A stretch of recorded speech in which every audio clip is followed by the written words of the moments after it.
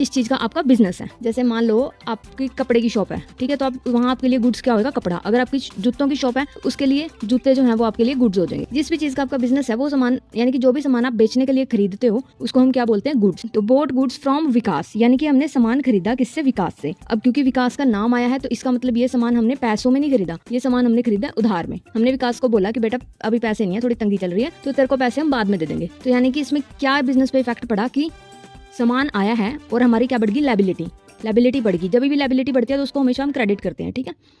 तो सामान आया है तो परचेजेस अकाउंट डेबिट, जब भी सामान आता है तो हम परचेज अकाउंट डेबिट लिखते हैं। उसका मतलब क्या है कि हमने सामान खरीदा है, ठीक है जी। परचेज मतलब होता है खरीदना। तो परचेजेस अकाउंट डेबिट, और लायबिलिटी बढ़ी है।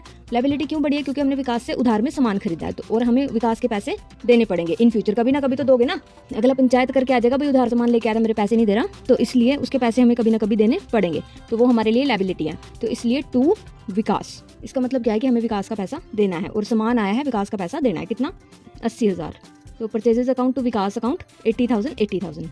Now next entry is on July 9, sold goods to Bablu. Sold means बेचा है, गुड्स मतलब सामान, टू बबलू यानी कि बबलू को हमने सामान बेचा।